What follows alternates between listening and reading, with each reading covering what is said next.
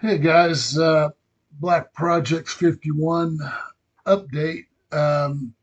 Well, I finished the uh, crate for the Area 51 diorama that I built for Timothy Alberino. So it's already all packed up inside the box, ready to be delivered. Um, I know Timothy said he had all of October free. So I'm trying to get to them before the end of the month. Um, so I I'm waiting on more clarity as far as my schedule and some other things that I also have to make priority, which is if they call me and say, "Hey, we can get you in this month for surgery," well, I may have to postpone delivering to Timothy because I want to get my knee fixed. That's uh, failing me and quite painful. So, yeah, there's that. But yeah, like I said, this box is finished. Everything's packed up and ready to go to Timothy. So, what does that do for me? Well, that frees me up to actually start doing some things. Something I bought was a little inexpensive kit, but it's this space transporter Sanger European concept for uh, a space shuttle. It carries it has a mothership and then a smaller ship on the back. As you can see, it's 1:88 scale, which is weird. The thing's about when I want to say it's about, I don't know. Let me see. Might as well show you the kit. Here it is in the box. Okay. I removed the sprue trees from the fuselage, but you get two halves, and I don't know once you add the exhaust and everything onto it if it's any longer, but it's 11 inches long um, as it sits right here. So um, that's the top section. This is where the transparency for the cockpit goes. That's where the secondary shuttle rides on the back of the mother. This is supposed to represent a hypersonic space plane. So it doesn't have conventional engines as most aircraft do. And then you get these parts.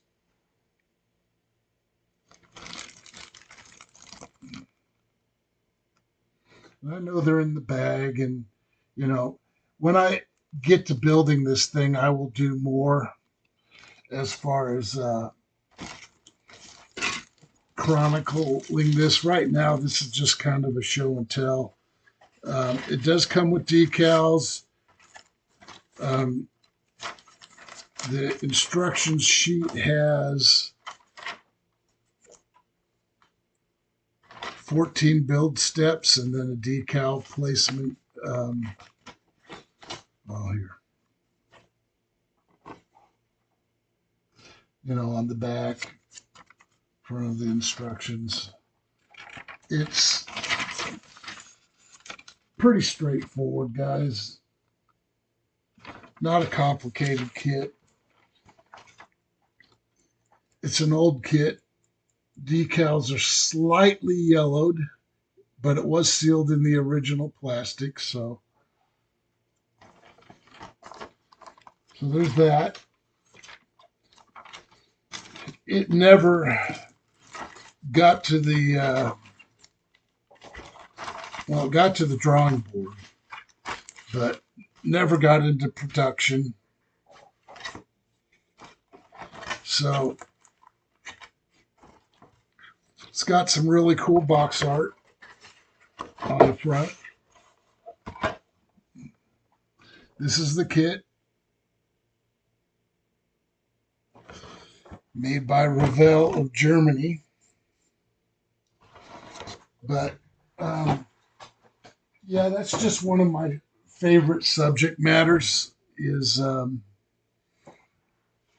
aviation and aerospace and all that it entails, especially high tech aircraft. I worked in the general aviation community, and there were some cool aircraft there, like the Rutan type aircraft built by, I can't remember the gentleman's first name, but Rutan Industries out of California. Those type of designs, unconventional designs. Um, so I've always had a love for military uh, aircraft and spacecraft and just aviation in general, but especially the fighter community and high tech spacecraft and things like that. I'm huge into uh, the design aspect of ships and planes and stuff like that, spaceships and planes and so on and so forth. That also extends into like cars and trucks and I like all that stuff, armor. I pretty much like it all. It's just I've always been a huge fan of aviation, aerospace, and sci-fi, and those have been my main subjects that I've built over the years. And of course, some scratch building, junk bashing, things like that. So, yeah, I. What else is there that's new? Really nothing. Um, my studio is still a work in progress, organizing it. What I haven't organized is the section I'm facing right now, which is my desk area. I got to put more shelves in. I'm going to have to take some things down to um,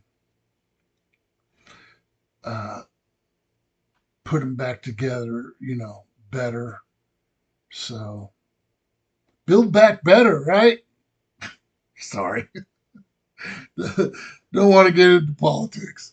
But, anyways, yeah, guys, just stay tuned. Like I said, I've got a lot on my plate right now, even though I'm retired. I do have projects around the home that I want to get done. I'm pacing myself on that, especially waiting till I get surgery and then I'm fully healed up from surgery because then I'll be able to do more. I can go back to the gym, lose some of this weight I've gained, so on and so forth. So, yeah, I'm very much thinking about the channel and trying to keep it up to date and interesting. It'll get more interesting as I start chronicling some of the builds and stuff. I'm not going to do like a lot of guys do and sit down at the bench and let you watch me build it. I'm basically going to show you the kit and maybe some in between steps as I go. But I just, I don't want to dedicate so much time to the minutia that you can't just enjoy the fun of doing a build.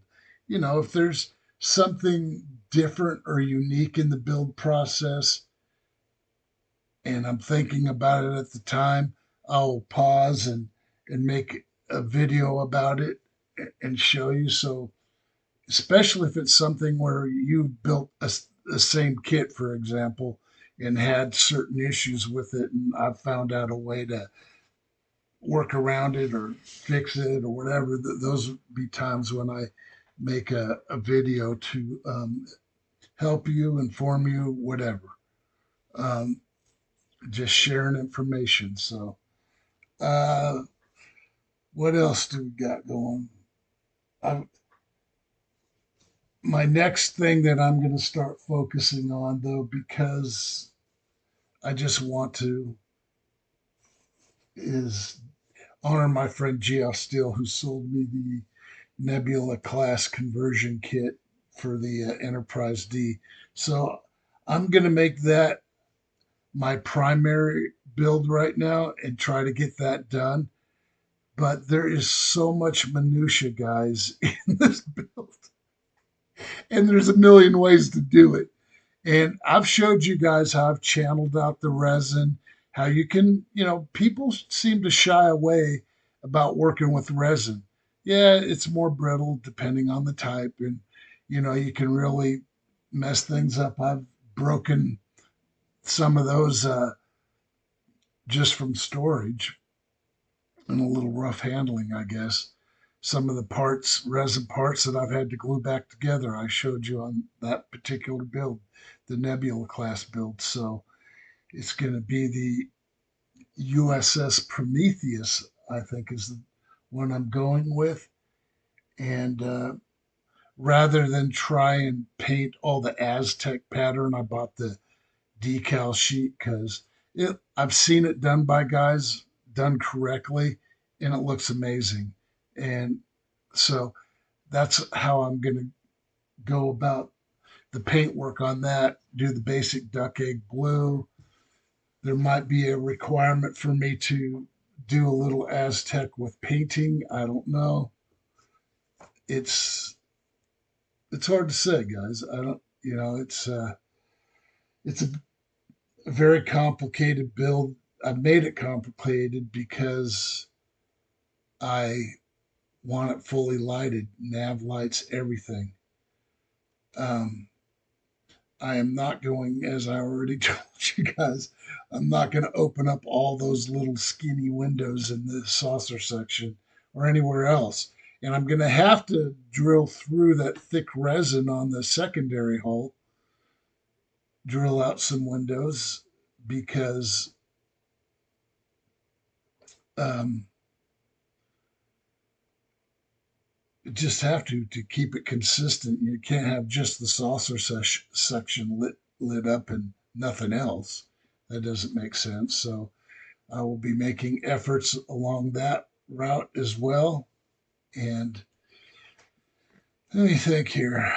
Um, while I'm making a video, I want to make it worth your guys' while as far as keeping it interesting and stuff. Uh,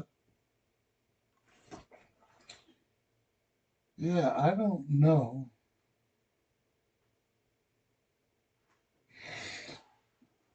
I'm I'm gonna do the like I said the Nebula class, and I do want to do something else in tandem with that.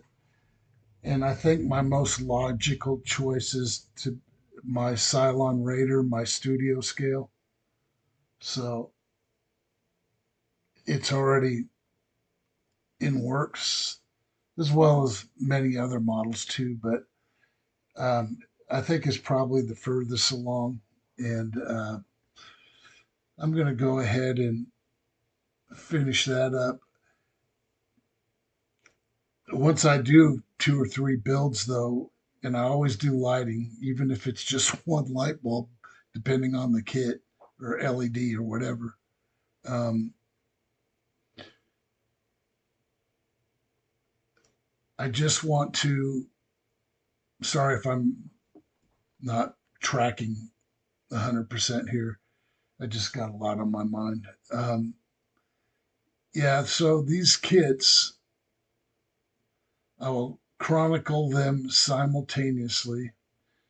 I mean, I'm not 100% committing on doing the Cylon Raider right now, but that's kind of where I'm leaning.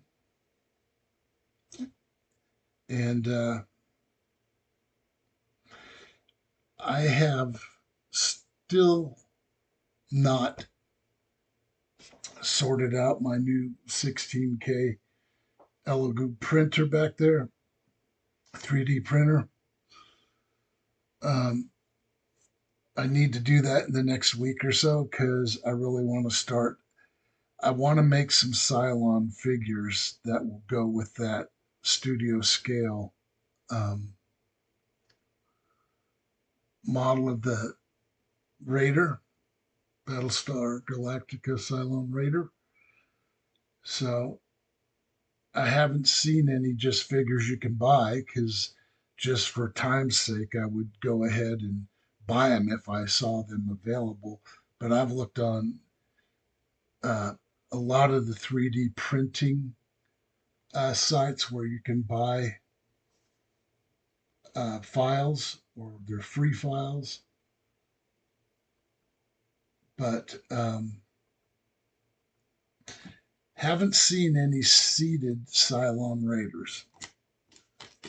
And I've spent hours looking, unless I just totally missed them.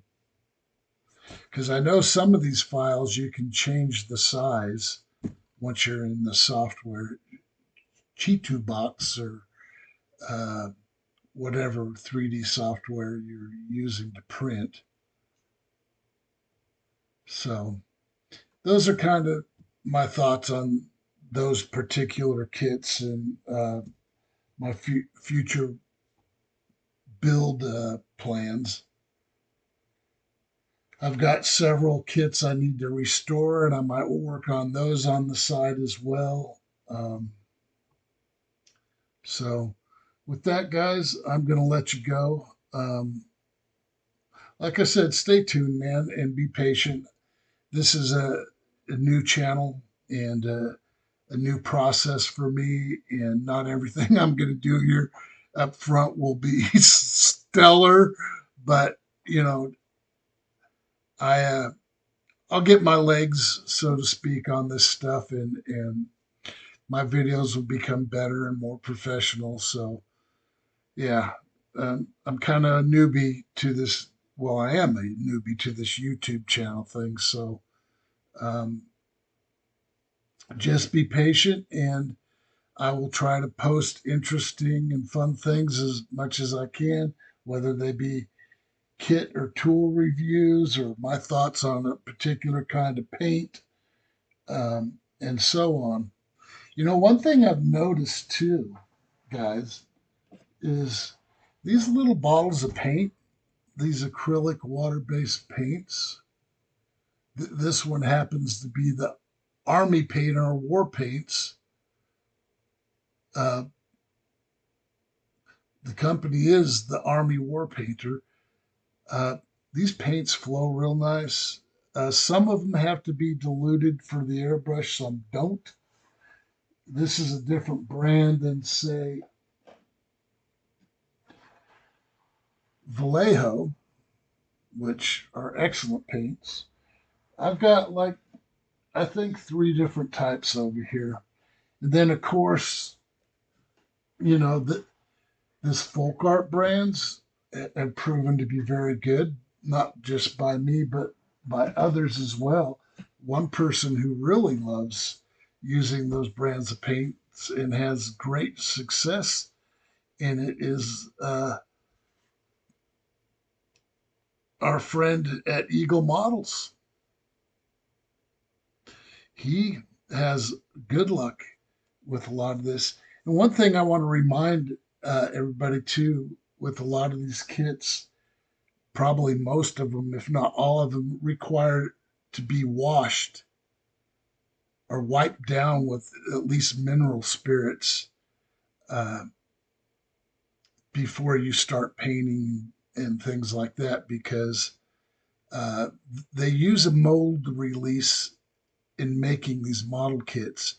And this mold release, well, it does exactly what it sounds like it does. It's a chemical they spray inside these molds that help when they break the molds open that the plastic form inside comes out nice and neat and correctly without any damage.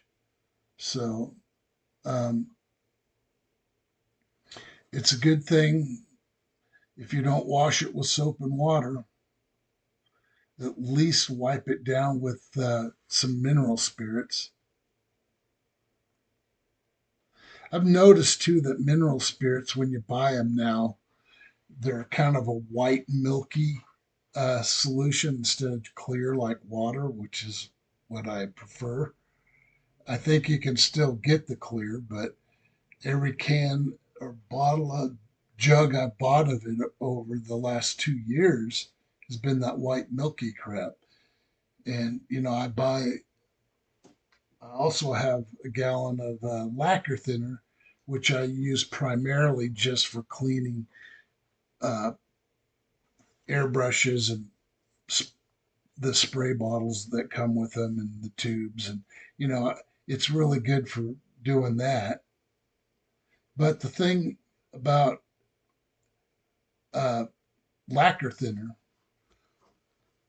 is it can, depending on the brand and type of airbrush you have, those rubber or plastic or vinyl pieces, O-rings, whatever in there, lacquer will tear those things up in pretty short order, and you'll have to be replacing said rubber or plastic grommets and seals and so forth to get your airbrush to work properly again. I generally try not to, if I don't have to, run minerals or not mineral spirits, but lacquer thinner through my airbrushes. But there's been a couple of times I forgot to clean the airbrush. And it's good if you're taking the airbrush apart and just cleaning those parts with lacquer thinner, the metal parts.